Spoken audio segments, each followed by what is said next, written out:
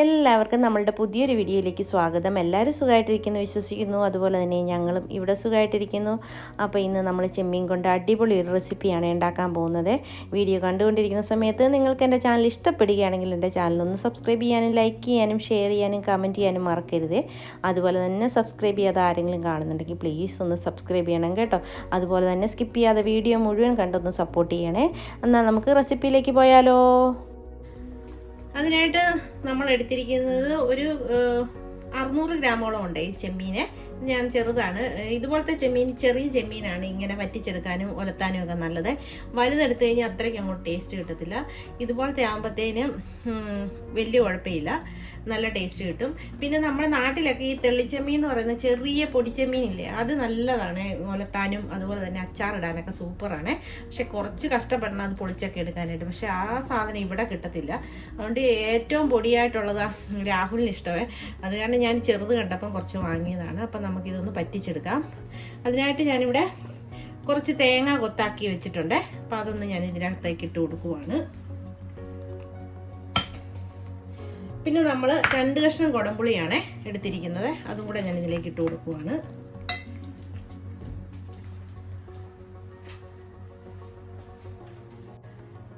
ഒരു 3 പച്ചമുളകാണ് ഞാനിപ്പോൾ ഇതിലേക്ക് ഇട്ട് കൊടുത്തിരിക്കുന്നത്. പിന്നെ ഇട്ട് കൊടുക്കുന്നത് ഇഞ്ചിയും വെളുത്തുള്ളിയാണ്. ഒരു 2 ചുള വെളുത്തുള്ളിയും അതുപോലെ ഒരു ചെറിയ കഷ്ണം ഇഞ്ചി അരിഞ്ഞതാണ് ചേർത്ത് കൊടുക്കുന്നത്. പിന്നെ നമ്മൾ ഇതിലേക്ക് കൊച്ചുള്ളി അരിഞ്ഞതാണ് ചേർത്ത് കൊടുക്കുന്നത്.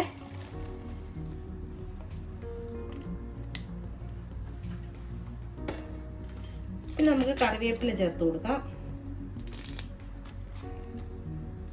ഇനി നമുക്കിതിലേക്ക് പൊടികളാണ് ചേർത്ത് കൊടുക്കേണ്ടത്.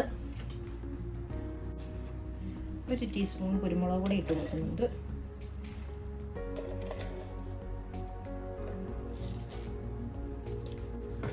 പിന്നെ ഇനി നമുക്ക് മഞ്ഞൾപ്പൊടി ചേർത്ത് കൊടുക്കാം.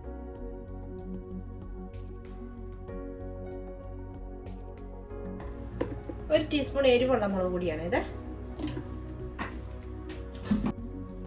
ഒരു 1.5 ടീസ്പൂൺ കാശ്മീരി മുളക് പൊടി ചേർക്കുന്നുണ്ട്. ഇനി നമ്മൾ ഇതിലേക്ക് ചേർത്ത് കൊടുക്കുന്നത് ഒരു 1/2 ടീസ്പൂണോളം പെരിഞ്ജീരകത്തിൻ്റെ പൊടിയാണേ. അപ്പം പെരിഞ്ജീരകത്തിൻ്റെ പൊടി പ്രത്യേകം ചേർക്കണം. അപ്പം നമ്മുടെ ചെമ്മീന് ഒരു നല്ല അടിപൊളി ടേസ്റ്റ് കിട്ടുവേ. അപ്പോൾ അതും കൂടെ ചേർത്തിട്ട് ഞാനത് നന്നായിട്ട് ഒരു സ്പൂൺ ഉപയോഗിച്ച് മിക്സ് ചെയ്തെടുക്കുവാണേ. ഈ പൊടികളെല്ലാം എല്ലാ ഭാഗത്തും ചെല്ലുന്ന രീതിയിൽ നമുക്ക് നന്നായിട്ടൊന്ന് മിക്സ് ചെയ്തെടുക്കണം.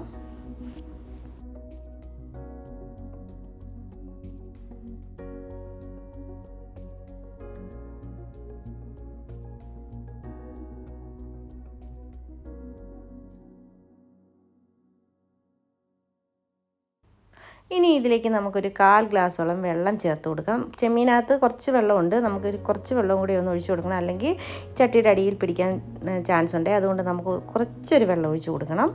അപ്പോൾ അതും കൂടി ഒഴിച്ചു കൊടുത്തിട്ട് ഒന്നുകൂടെ ഒന്ന് ഇളക്കി കൊടുക്കുവാണേ.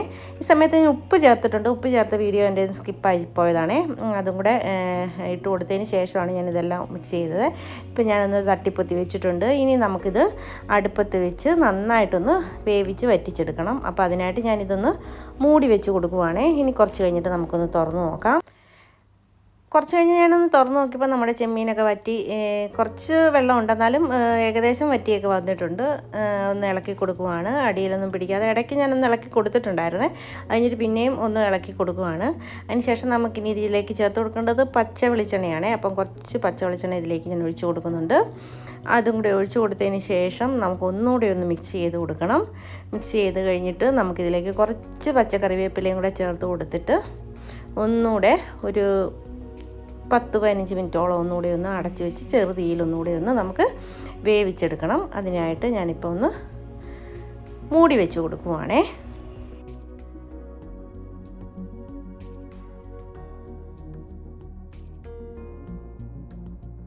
കുറച്ച് സമയം കഴിഞ്ഞ് ഞാൻ തുറന്ന് നോക്കിയപ്പോൾ നമ്മുടെ ചെമ്മീൻ കറക്റ്റ് പരിവായി വന്നിട്ടുണ്ട്. ഇതേപോലെ വേണം ഇതിരിക്കാനായിട്ട്.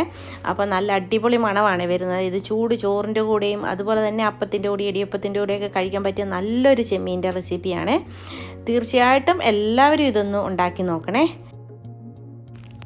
ഇതുപോലുള്ള ചെറിയ ചെറിയ കുക്കിംഗ് വീഡിയോസും ചെറിയ വ്ളോഗ്സും ഒക്കെ ആയിട്ട് വരുന്നവരെ എല്ലാവർക്കും താങ്ക് യു.